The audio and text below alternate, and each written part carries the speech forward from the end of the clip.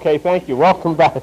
Well, welcome back to the Christian Village Church, and we're in an evening of which we've concluded Cosmic Sex Part 1 this morning, and you missed it. You should have been there. It was great. But it's on tape, so just ask at your local bookstore for Cosmic Sex. No, you can. We got to do it. Just to try to set parameters for you, because it was not on this tape. You have to understand that we have a very puritanical approach to the question of sex. The people in ancient times did not. They did not look at it as something dirty or something evil or something to be shunned or something to be embarrassed about. They felt it was as a beautiful, creative source of power that not only brought great exhilaration to the individual in the realm of orgasmic experience, but in addition to that, it was creative. So we're dealing here, and we snicker and we laugh, and everybody gets but to the people of the ancient scriptures, it was very. I'm having a. Come up here. It was very. No, you weren't fine, because I saw the looks. Why was everybody turning red in this place? Okay, but anyhow, all right. Let's go on with this. What we're doing tonight, and we're continuing in the subject that we touched on last week, which was the subject of the circle. Okay, and basically, as we relate the center of the circle, which would be you, the center of all life, which is the mystical approach, which is you, and also becomes that which is the most evident circle in the universe, which is the sun. The sun, indeed, is that which is the personification of God in every culture. Sun worship in every culture is the personification of what you know as God, and that continues in Christianity with Jesus Christ, who is the light of the world, and the eclipse happens when he's crucified, and he calls himself Amen, and the bridegroom, and all of these are names for the sun, so that's what you have is a continuation of sun worship, which basically started during the period of Egypt with Osiris. Okay? And so, as we begin to understand the place of the sun, we understand that the sun's function not only is to give life and to touch and to illuminate and to bring each one into a living relationship with the universe, with nature. And so the power of the sun becomes, quote unquote, in all mystical religions, the power of God. I mean, if we'll be reasonable about it, and if we'll begin to explore mythology, like I was telling people this morning, Holy Communion, it has its roots in cannibalism. Hard to take, hard to digest something like that, yet it's true. Refined through the years, yes, but nonetheless the people said, hey, this one is really an intelligent person, this one has a lot of gifts, and what we should do is, if it's only him that has those gifts, we should kill him, sacrifice him, and let's have him for supper, and then everybody in the village will be as smart as he is. And that's where you had sacrifice so that everyone could be filled with that person. They killed them and they ate them. They used to do this, and this took itself into the question of flesh and blood eating, which is as old as time in itself, and that's where Holy Communion, that's the root of Holy Communion. They do it to this day. They're eating the body and blood of Christ and becoming one with him. Old as the hills. The Nativity of Jesus Christ is nothing more than a copy of the Nativity of Hare Krishna. Hare Krishna didn't copy it off Jesus. Jesus' gang copied it off Harry. And that's because Harry's gang was 6,000 years before that. So when you begin to understand these things, you start to understand that the things that you're doing and the things that you believe in are not unique to Christianity, are not unique to Judaism. They are most ancient. And they have their origin near the Persian Gulf, in the place that we know as Iran now, where it's spread all. I mean, when you think of this, and we'll be doing something coming up very shortly, the impact of Ahura Mazda on the world. Ahura Mazda probably had more impact than anyone who carried the label of God, because Ahura, at the instructions of Ahura Mazda, the Jewish temple was rebuilt. At the instructions of Ahura Mazda, the law was given to Israel, and at the instructions of Ahura Mazda, Jesus was identified by the Magi. And I mean, this is a fact. This is a historical fact. that it was the Iranians who went out and did all of these things, drew up the law for the people of Jerusalem, proclaimed Jesus Christ as king through the Magi, and rebuilt the temple. Ahura Mazda. And why would he send forth, Ahura Mazda means the sun god, the fire god. And why would he send forth Zoroaster pointing his finger at Jesus? What does Jesus say? I have come to send fire upon the earth. Certainly, he's the son of Ahura Mazda. He's the son of the fire god. And people say, well, I don't believe he's the son of Ahura Mazda. Who is Ahura Mazda? Because nobody in Christianity can call God, can't say it's not Ahura Mazda, because they never have been able to find his name, because they still call him God. It's like Tarzan, him Jane, or her Jane, him boy. Who is he? What's his name? Nobody knows. But as you look into this, you'll see that the Bible will confirm that God is Ahura Mazda, and Jesus Christ was the son of Ahura Mazda, and that's why he is the light that flickers, that gives life, and he is the fire that comes down to the earth, and all this kind of business. So it's all part of the same myth. But that which is Christ, that which is the sun or the light within you, is what we're talking about here. And that which puts the immortal essence within your grasp, the center of the universe, in the center of your being, means that if you are following this meditation path, you are not to be yourself, you are to be Christ. And of course, this is totally untenable with Christianity, because as far as they're concerned, you're guilty, so you can't be Christ. But Jesus Christ and whoever, God has said, oh no, that's wrong, you are to be Christ. You are to be Christ.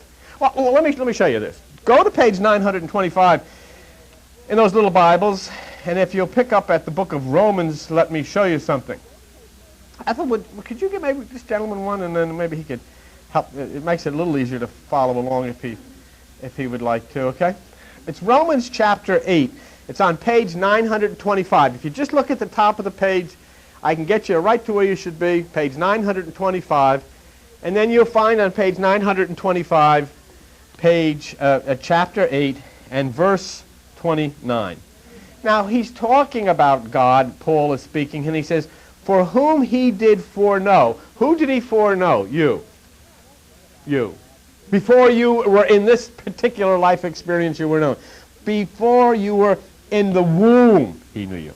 For whom he did know, he also did predestinate to be conformed to be the image of his Son, that he might be the firstborn among many brethren. In other words, the plan is, if you will accept this plan, that this glory that Jesus had as the Christ is the first that you know, but here it is predestinated that you can have the same. You can do the things he did. You can have the same mind he did. You can be in the same glory he did. All of this stuff. All of this stuff. The firstborn. In other words, there's not one Jesus, there's many Jesus, and that's one of the things that I love to think of, that the biggest joke in the world, that everybody is Jesus pretending to be somebody else. But religion has placed Jesus on such a pedestal that all you can do is give him homage and completely destroy the work that the man tried to make happen on this earth, was to make people understand it wasn't him that was such a hot shot, it was them. The greatness that Jesus tried to show was not his greatness, but your greatness.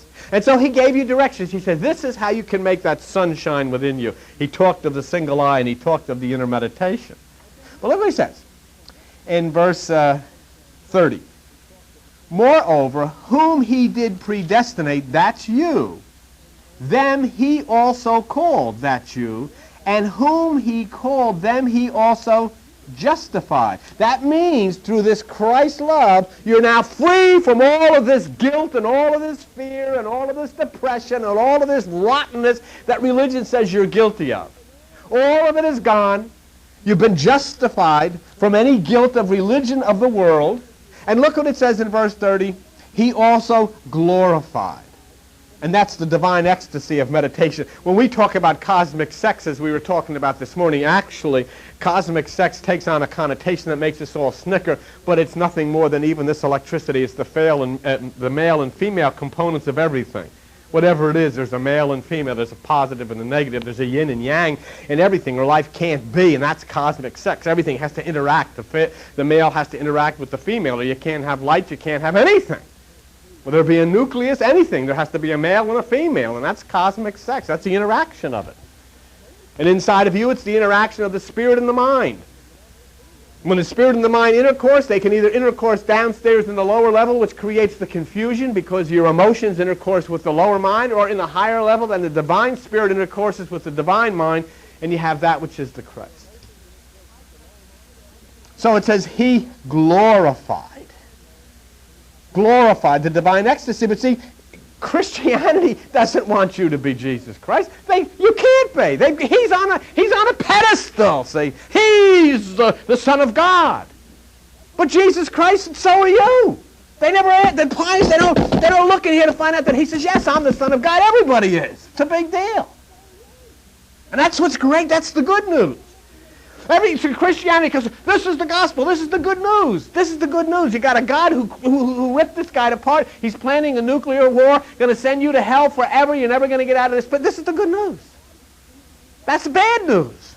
The good news is that everything that they taught is rot. Everything that they taught is untrue. Everything that they have taught to put people under fear and into the Holocaust of guilt is not true at all. The good news is that Jesus Christ said, hey, you are the light of the world. You can do better than me. What's just within you is within me. And together, if you'll do what I say, we'll overcome all of this stuff and lift this world into the position that it should be.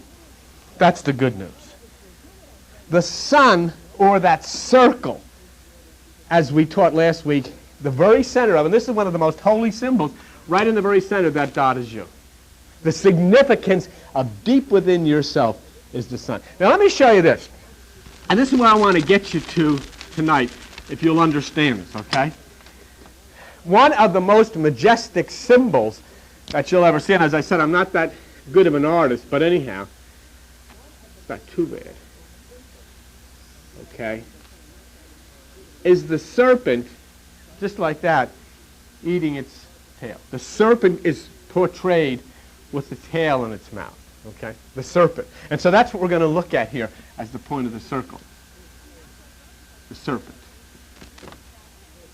Very, very ancient, very mystical in the mythology of the serpent, because the serpent actually swallowing its tail is an emblem of the return of cycles upon each other.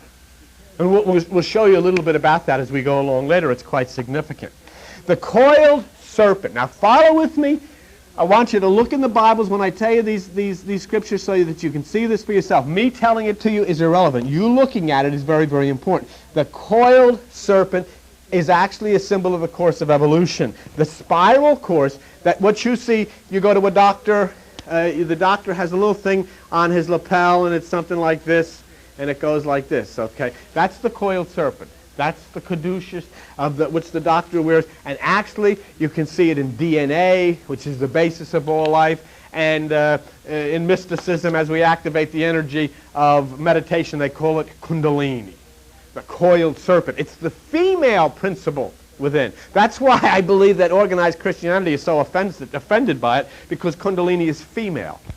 And they really have a difficult time dealing with anything that's female, that has any power within the structure of God. And that's why they have had such a difficult time, because they've taken the female out of God. They've taken the female out of you, the female power out of you. Now in the New Age, people are discovering the female power, which is that coiled serpent. And I'm going to show you some things about the coiled serpent. First of all, if you remember when we studied 1 Kings chapter 6, verse 8, they identified the fact that in the temple, okay, the door to the holy place is on the right side. Okay, now that symbolizes the right hemisphere of your brain. That's what it's at. There's no need in any temple to put a door on the right side of a building. What does that accomplish? If the door is on the right side, you should say to yourself, what does that mean? Why is it on the right side? What is it doing on the right side? Why is it so significant that Jesus sits at the right hand of the Father? Why does he say, cast your net to the right side of the bar? There has to be a purpose for that. Why does the sun in the northern hemisphere sit at the right side of the sky, the eastern sky? What's so important? The reason that happens is because summer then can come to the earth. And the reason that it is so important that the energy sits at the right side is when this energy does sit at the right side, the right hemisphere of your brain, summer comes to your life. Inside of your head is a universe that is exactly like the universe out there. And if the sun must sit at the right side for summer to come out there, the sun must sit at the right side for summer to come in here. It won't come any other way. This is the beautiful part of this. You don't have to believe a pope. You don't have to believe a bishop. You don't have to believe an evangelist. You don't have to believe a pastor. It's all irrelevant. It's all nonsense. All you have to do is understand the Christ, understand the Buddha, understand the Krishna when they said, get within yourself and allow that energy to rise, and she will clear away all of the destructive thoughts and light that light which causes the right side to open up and to give you life. Now, I want to show you something about it. We're talking about this coiled serpent, which is the subject of tonight, and why this is very, very, very important, okay? If you will look at this coiling serpent, I want you to look at 1 Kings 6:8, and I want you to find it, page 296 in those Bibles, okay? Page 296. 1 Kings chapter 6 and verse 8. And it's talking about the construction of the temple, but it's really talking about the temple that is inside of your head. That is the construction within you. Okay, it's on page 296, and it's 1 Kings chapter 6. Look at verse 7. And the house, that means the temple. This is talking about you. When it was built of stone, made ready before it was brought hither. You see that? 1 Kings chapter 6, verse 7.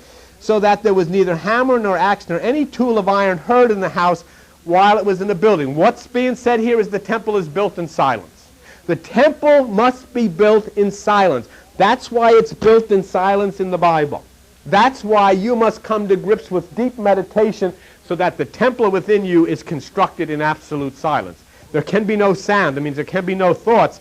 And that's why Jesus said, take no thoughts, so that there is silence in the construction of the temple. Now this is the next part that I wanted to get to. 1 Kings chapter 6, verse 8. Watch this. The door for the middle chamber, that's the Holy of Holies, was in the right side of the building. Why was it in the right side of the building? Because that's indicating the right hemisphere of the brain. Now look at the next one. And they went up with winding stairs into the middle chamber. Why are the stairs winding? Why is it necessary for the stairs to be winding? That's the coiled serpent. That's the DNA. That's the caduceus. That's the activity of all that is life. That coiled power that rises from the base of the spine that energizes that which is the pineal gland of the brain. That's why it says in the Bible, they went up with winding stairs. Now look at what it says in the very next line. Okay? They went up with winding stairs into the middle chamber. That's the right hemisphere. And out of the middle chamber into what? The third. Okay. When you look at that number 3 in this particular scripture, it's talking about the third heaven. The third heaven in Greek, the first one is earth, which is your mind. The second one is water, which is the truth. And the third is air. Okay? Which means rising above the thoughts of the mind. And the third aspect of consciousness is air. Now, I'll show you why that's important. Let's just look at it again. 1 Kings chapter 6, verse 8. The door for the middle chamber is on the right side of the house. They went up with winding stairs. That's the kundalini. That's the serpent. Into the middle chamber. That's the holy place. And out of the middle chamber into the third. That's the third stage of consciousness. Now, what's so important about that? That's the stage of consciousness that you touch when you meditate. When you separate from the thoughts of the mind, you have energized that third stage. You have entered into the air. Let's go with me to page 949. 2 Corinthians chapter 12. The Apostle Paul is talking about himself. What page have I got? Page 949. The Apostle Paul is talking about himself. Now watch what he says. I know a man in Christ above 14 years ago, whether in the body I cannot tell, or whether out of the body I cannot tell. This man had an out-of-body experience. God knows. Such a one caught up to the, which one? Third heaven. Okay? All right. Now that's what I wanted you to see. It's very important for you to see. In 1 Kings 6:8, the temple stairs which are winding, that's the coiled serpent, takes you up into the Holy of Holies, which is at the right hemisphere of the brain, and then into the third, which is that third stage of consciousness. Here the Apostle Paul is telling you that he was caught up to the third heaven.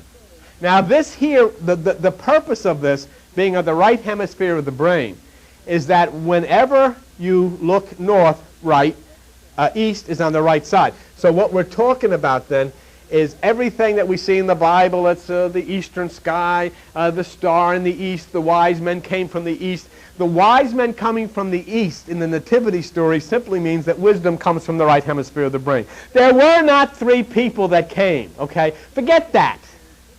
Don't dwell on whether there were 3 Magi's or 15 Magi's or all of that kind of stuff. The only thing you should know, this is mythology saying that out of Iran came the call of Zoroaster, pinpointing the fact that he who is the mystical Christ arises in the east, arises in the right hemisphere of the brain, born of a virgin. So that's why we have it on the right side, because it comes then, if you would, it comes up in the right hemisphere of the brain, and it comes from the east. Let me show you something.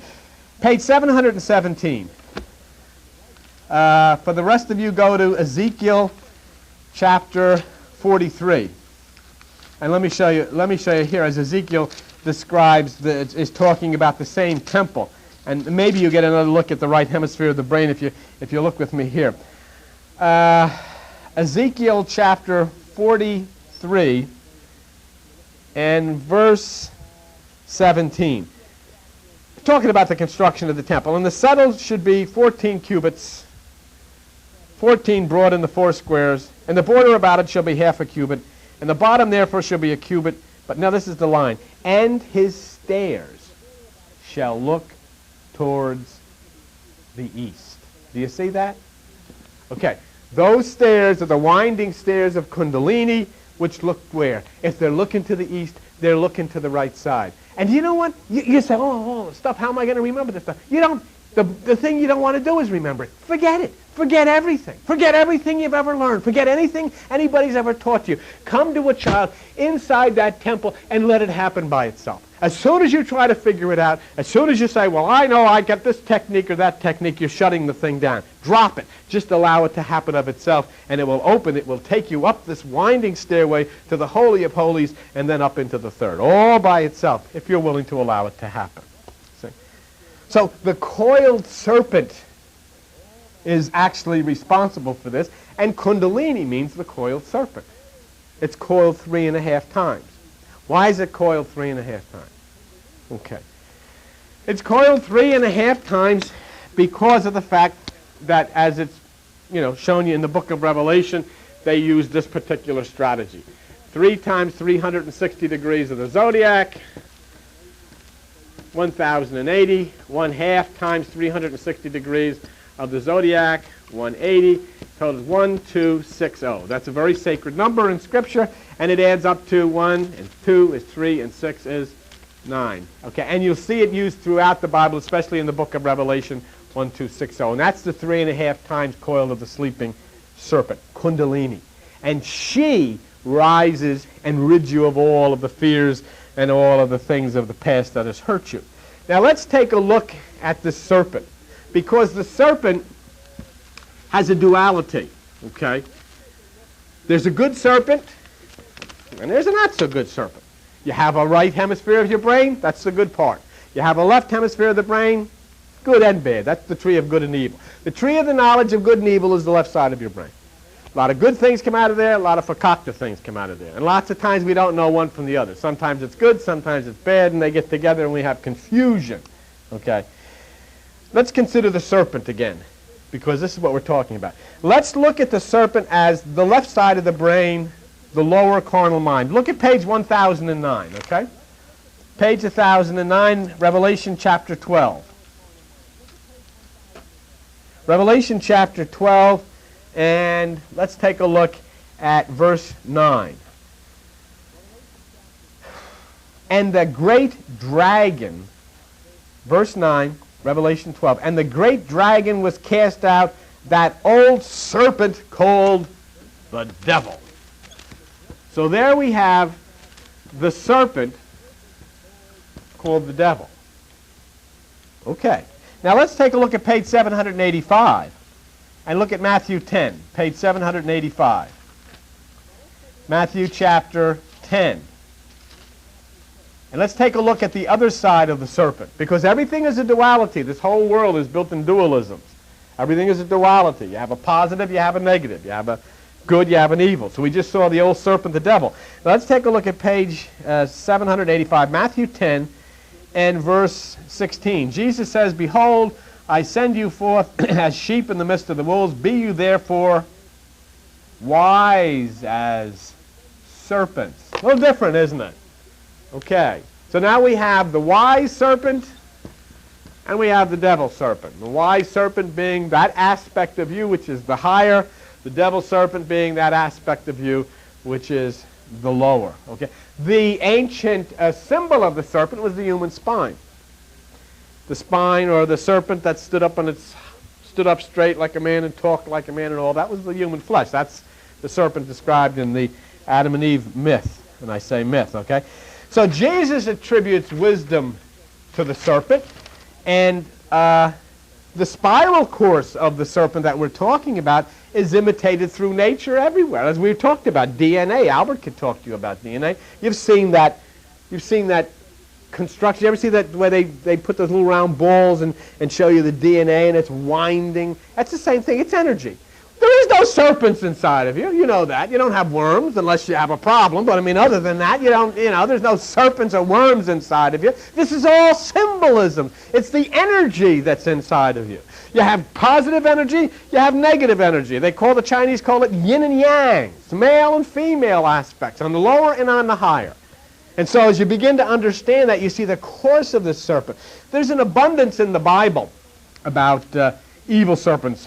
And there's Hercules in mythology slew the python. Apollo overcomes the serpent. But in most instances, the bad serpent is overcome by the good serpent. Because they're not serpents, they're not snakes. They're talking about the aspect of you which is not positive to your life can be overcome by the aspect of you which is positive. Now we're going to get to the point of proving this biblically and showing you how it's done and why it is so important to come here to meditation on Tuesday nights where you sit with two or more or whatever. Let me show you this. Look at page 52. Exodus chapter 7. Okay? And let's take a look. I want everybody to take a look at this, and you'll kind of see the mythology contained in this, the mysticism contained in this, and how you overcome. How you have the good serpent overcome the bad serpent. How the higher mind overcomes the lower mind. How that which is working for your welfare overcomes that which is a negative aspect inside of you. Now let's take a look at Exodus chapter 7 and verse 11. And you'll see on page 52 that the Pharaoh called the wise men and the sorcerers. Okay. And verse 12, they cast down every man his rod. And that, that they had the rod. And look what happened. And they became serpents, just like Aaron's. There was no difference, okay? Just like Aaron. They cast down every man. But look what happened. Aaron's rod swallowed up theirs. There is in the wisdom of the ancients the serpent of the spirit and the serpent of matter. And so what was happening was those who were working in sorcery, the magic of the lower earth, cast down their rods and they became serpents. Look, we can do all kinds of magic. See? Religion is great for that, All kinds of hocus pocus. Look what we've done. And nobody dares question them. You sit in a chair, ooh. You ever seen them making it? Oh, hallelujah, this is wonderful. What happened? I don't know. I see what they said happened somewhere. Whatever happened. This is wonderful. Hallelujah, hocus pocus. Somebody got healed or something. Whoa, how did that happen? Whoa, nobody knows. I'll never forget the time. You remember this? I don't know if you remember this. Remember the lady, we went to this revival back in the old days, and the lady had somebody lay hands on them, and she was healed of cancer. She said, I had a diagnosis from my doctor. She got up and testified. I had a diagnosis from my doctor that I had cancer. And now it's gone. And I thought to myself, that is heavy-duty stuff. This is real.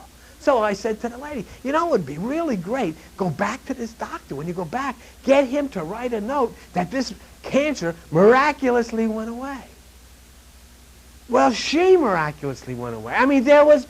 Every time I go, did you get to the doctor? No, well, he's not available. Never was available. But see, she got caught up in the emotionalism of it and all of this stuff, and it wasn't true. It's not true, because these things can't happen. They don't happen that way. It can't happen. That's not the way God does things in the universe, okay?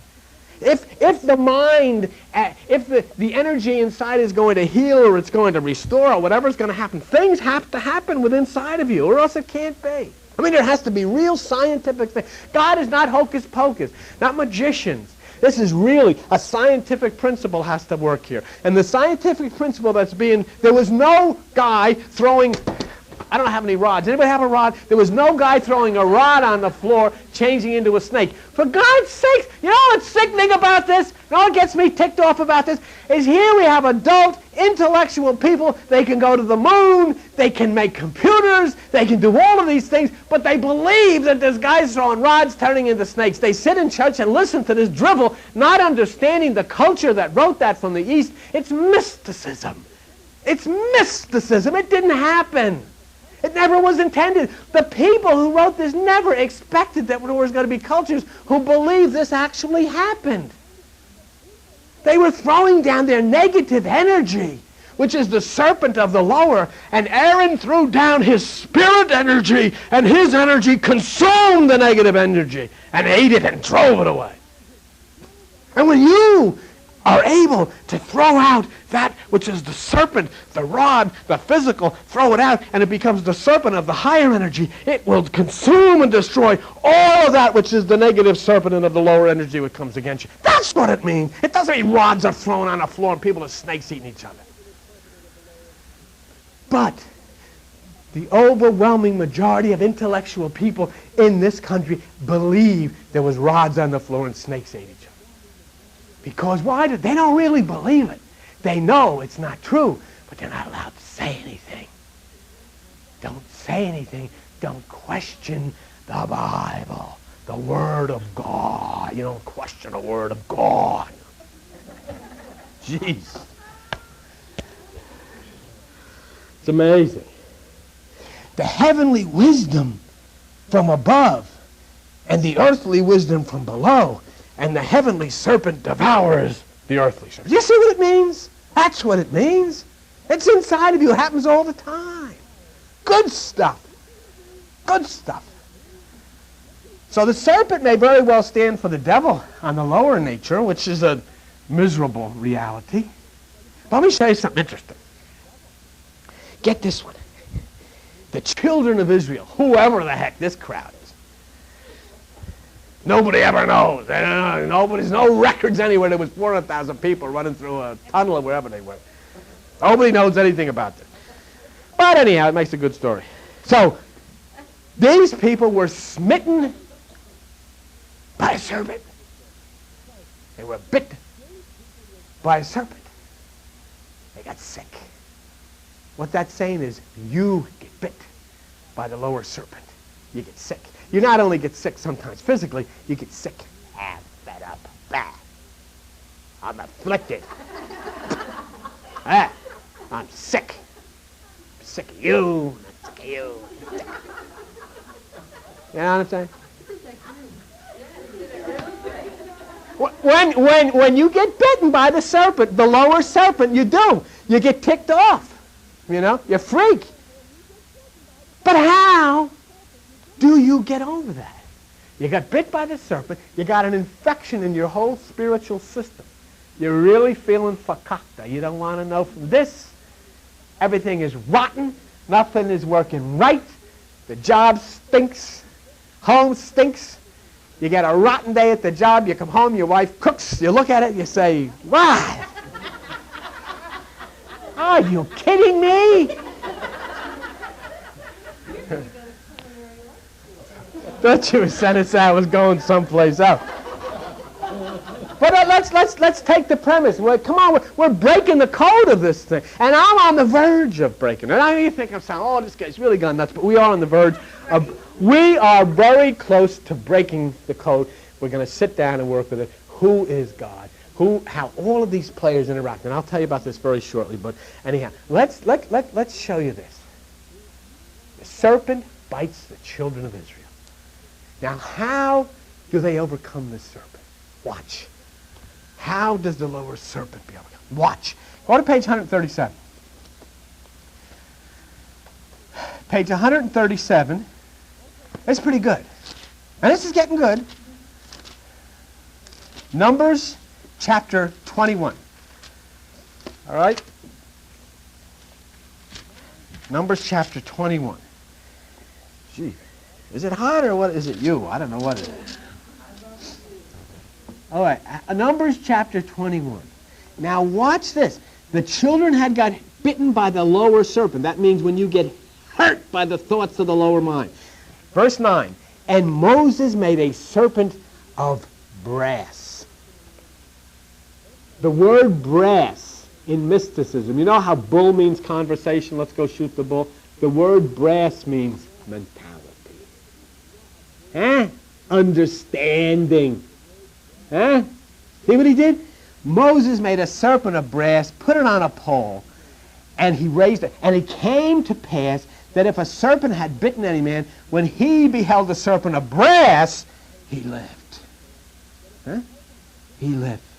It means wisdom, good consciousness, God consciousness. So what Moses would have to do, he would have to take that on a pole. Don't you see, Joe? He would have to take that on a pole. And when he lifted up the serpent, when he lifted up that which was the serpent, that which is the energy of the higher divine consciousness, all of those people who had been afflicted by the carnal serpent in the lower consciousness, when they beheld that which was the higher consciousness, they were healed. Set free from all of that crap. How? By looking up and beholding the divine serpent of wisdom. Don't you see Jesus says wise as a serpent? A brass serpent means that which is mentality, that which is understanding. And you only get understanding when you hear teachings like this and when you lift yourself into the realms of higher consciousness. When you come into meditation and when you look up within yourself into the realms of higher meditation and concentration, you are beholding the brass serpent who is held aloft. And when you see that brass serpent that is held aloft, it will heal you of all of the afflictions that have been put on you by the lower serpent which has come and tried to consume your life. That's what that's saying. But you know what? Almost to a man, almost to a woman, people believe there was an old guy with a white beard sitting in the desert with this fakakta thing from the 5 and 10 cent store saying, look at this and everything is going to be all right. It wasn't that. It is deep mysticism, deep symbolism. The serpent lifted is the higher God consciousness. You saw what you said? You saw it in the Bible. The serpent of brass. When you look at that, that overwhelms the serpent of the lower. All of the thoughts that you've had that have put you down, and all of the thoughts that have been put in you by parents, all of the thoughts that have been put in you by friends, all of the thoughts that have been put in you by school and church, all of the thoughts that have been put in you by politicians, and all of the thoughts that have been put in you by government, all of those things have caused an infection in your mind and in your consciousness, and they have hurt you. All bites. Every one of them is a bite from a serpent. Ow, jeez. Ow, he got me again. Oh, you come home at night, that serpent bites you. You get up in the morning, a serpent bites you. You go to work, a serpent bites you. You drive too fast, a serpent bites you. There's serpents all over the place. And all of these things accumulate in hurts and infections. And then you grow up and you come to a point where you gave up a long time ago. There's no place, there's no possibilities for you. But there is now.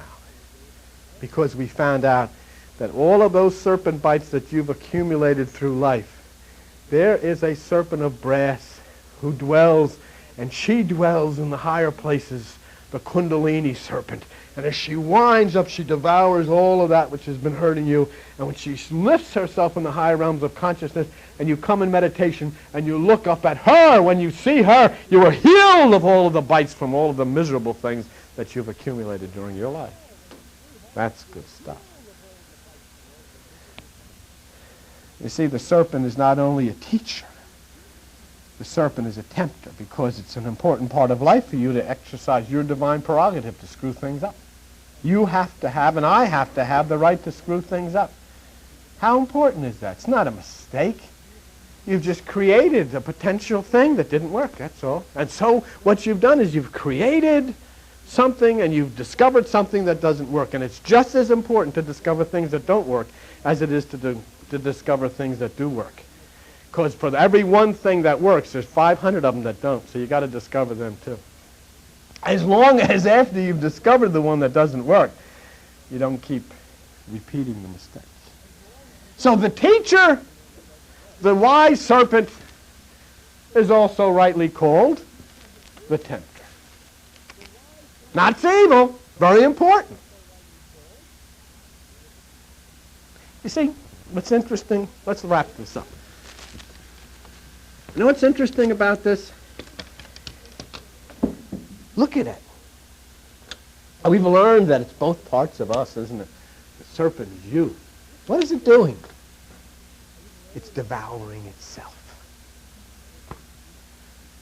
It's going into itself. Huh? It's consuming itself. And that's very important. And you know what it does too? It sheds its skin. It sheds everything that it had before, and it never turns around. It doesn't look and say, oh, that was nice. I wish I could get that on again. It says, and it goes on.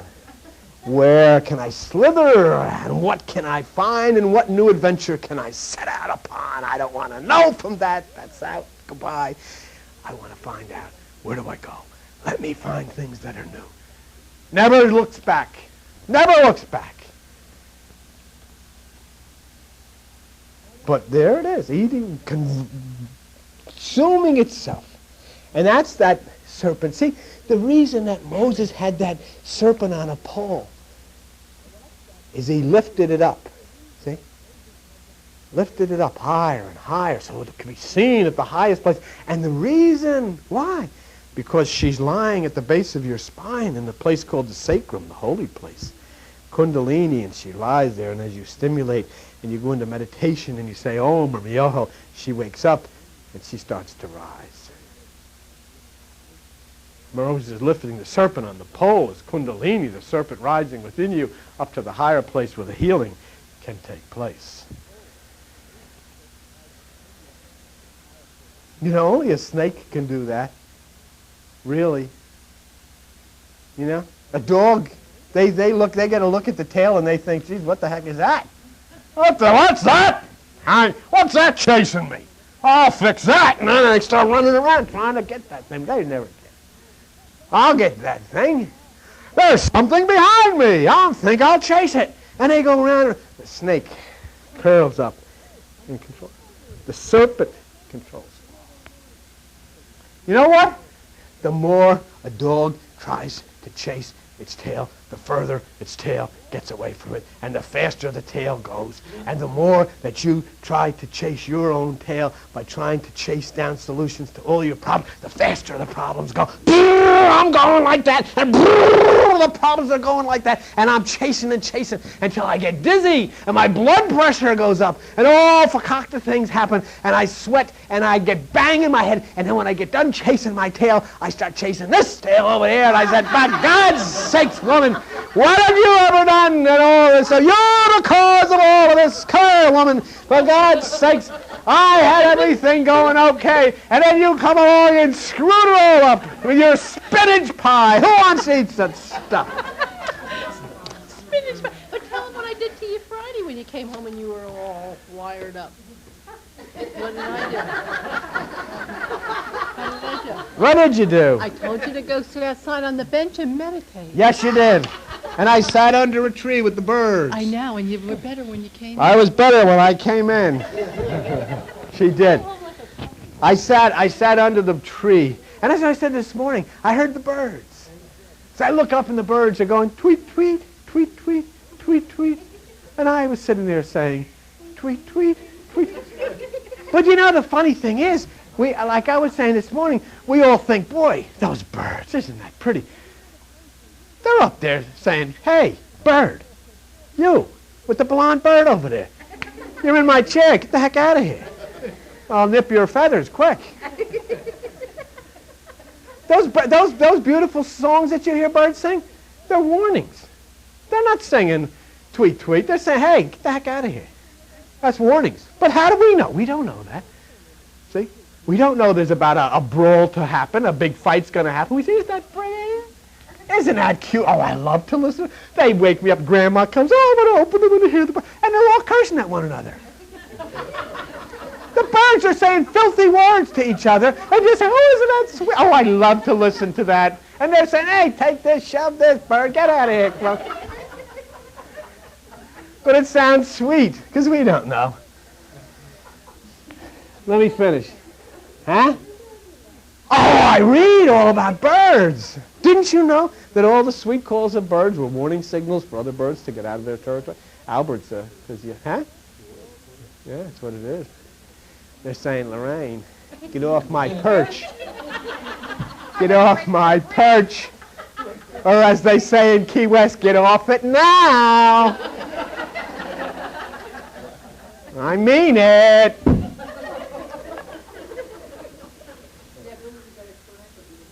What did I do? What is okay? Well, you weren't making fun of I'm not making fun of gays. I'm laughing with them. I think they're great. I have no problem with them. Okay. We were talking about that this morning. I was at a television show with Jerry Falwell against the gays. I got on the phone. It's the first time I ever tried to call up. Of course, you can't get through, so I wrote him a letter. Jerry Falwell saying, this is a sin. Repent. I wrote him a letter. Get out. Use the Bible to remove the guilt from people, not to put the guilt on people. It says in Romans 8:7, the carnal mind is not subject to the law of God, neither can it be. And all sex, heterosexual or homosexual, comes out of the carnal mind, and if it is not subject to the law of God, don't call it a sin, because all you're doing is putting people into guilt where there is no guilt. And then Jesus Christ talked of eunuchs. Eunuchs are fellows that don't have any male organs or pianos, whatever you want to call. These fellas, Jesus Christ said, this is important. Now just give me this, but Jesus Christ said, some of them are born that way from their mother's womb. And if a person can be born a eunuch, a person can be born gay. So I wasn't making fun. I was funning with them because I have great respect for them. Thank you for clearing the air, nurse. I think I've said all I can say. That was great. There's a fella on television. Tommy, I was telling Tommy this because Tommy, who's the camera person tonight. We say camera person because I don't want to offend anybody around here. We got so many camera ladies, but Tommy's what is he, lieutenant? Captain. Oh, jeez. Captain in the police force around here. And I was telling there's a fella on VH1, and he was talking about the police officers in San Francisco, and he's saying that there's many in San Francisco in the police department who are gay. And he was showing how a police officer, gets somebody over and he says, pull over!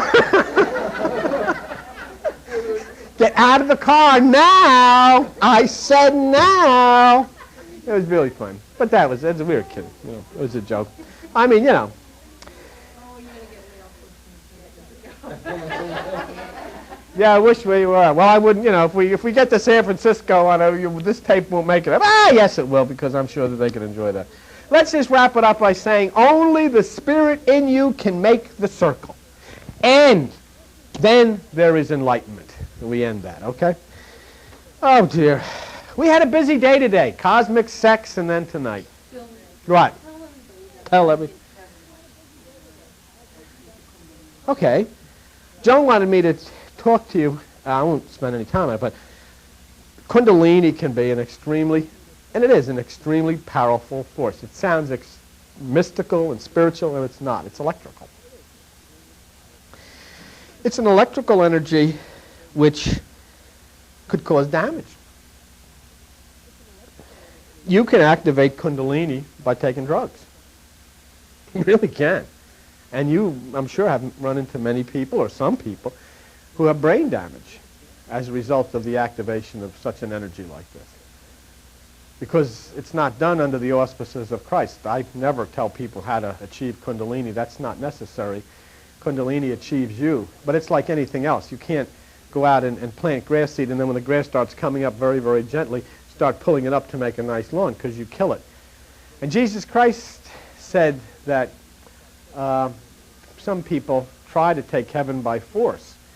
And he knew what he was talking about, and that's exactly what he's talking about, of people who do mess around with the mind. And Kundalini is an electrical energy, and if it's misappropriated, it could be damaging. But as it's like anything else, if it comes into the right hands of people who are subjects of the initiates of the mysteries, it's a magnificent trip to heaven. And but it has to be ordained through Jesus Christ. It has to be ordained through seeking Christ and not seeking thrills, seeking Christ to be in service to humanity and not seeking something for the ego. There's no danger whatsoever when one follows Christ and allows this to happen beautifully, because she opens her eyes, the sleeping serpent, and she moves slowly. And first she starts to pull down all and devour all of the old hurts and all of the old memories and all of the fears and all of the things that have depressed you and made you angry. And then she works her way so slowly up to the top. That's why a lot of people have come in and said, geez, you know, I haven't felt anything. God, you don't want to. It has to take its time and its purpose. And so when Jesus says people take heaven by force, he's talking about those who misappropriate this energy. He was very wise to this energy, and I'm convinced that Jesus had spent many years in India where he was seeking out understanding and spreading understanding. He was a master teacher, and everything that he was given in the same way that Shakyamuni Buddha was, to help other people. He didn't come and spend a minute down here to help himself or to become a big shot or to see how fast he could meditate. He came because he had touched that place, and then he came to share it with everyone, and just to let you know that meditation should be done Christ-like, to center yourself on God, to center yourself on Christ, and to allow nature to lift you normally and not to try to push you. You know, I really get frightened when I look at some of these New Age books and people messing around with earphones and put blinders on to make colors and all of this stuff. What you're trying to force your way in. That's not the way. You just say, hey, Jesus, you said this. I believe you. I'll wait on you. That's the bridegroom, the bride waiting for the bridegroom. You've got to wait. Don't get involved in all of this stuff, because you're just going to force yourself, and you're playing with your mind, and you shouldn't do that. On the other hand, if you follow Jesus Christ and his instructions, you have absolutely nothing whatever to fear and everything to look forward to, that you will arrive at that holy place within yourself, which is the culmination of Kundalini. All right? Yeah. What? No, because I remember many young people at Marlborough that had done drugs and crossed over into the world of schizophrenia. But, you know, the psychiatrist didn't know Kundalini. And, you know, some people didn't, but boy, a lot did. Sure. Well, that goes to say, that's why I don't bring people here to meditate for the sake of meditation. We bring people here to meditate to seek the mind of Christ and to do it on his terms and his terms only. And so we do that, and as long as it takes, it takes. We don't pull the grass up by the roots. We let the grass grow, and it will grow of its own in its time. Jesus was also very specific about allowing the wheat to grow with the weeds, and don't mess around. Don't start pulling things out. Everything will fall by itself. He said if you start trying to pull out some of the bad things that you're into, you're going to pull out some of the good things too. So don't worry about that. The thing to do is to just move and keep strengthening the wheat. Keep your meditation going. Practice it. Come here on Tuesday nights and get involved in it. And then as the wheat strengthens itself, he said that the weeds will fall away by themselves. So he was very specific about that. Mankind, womankind should not interfere in the meditation and in the movement of this energy. It has nothing to do with you or what your abilities. That's all that you're asked to do, is wait and try to subdue your thoughts. That's all. The rest of it is taken care of by nature. There's also some New Age groups, right, that meet specifically to activate Kundalini. There are New Age groups to meet that activate Kundalini. I've had some people approach me about speaking here, and I won't have them here. I'm not here to create any kind of situation like that. That's not healthy, it's not right, and it's not the premise of meditation on which Jesus Christ spoke. It's not that which Buddha. You never see a Zen Buddhist monk going through any of that nonsense. They don't need to have blinders over their face or making things. They just sit and allow time, and that's the proper way to do it. So, you know, it's when you get into the other, you involve your emotions, which you can really cause damage to your brain, and that's not what we want to get involved in here. All right? Thank you very much, and we'll see you a bit. Send the tape on to the next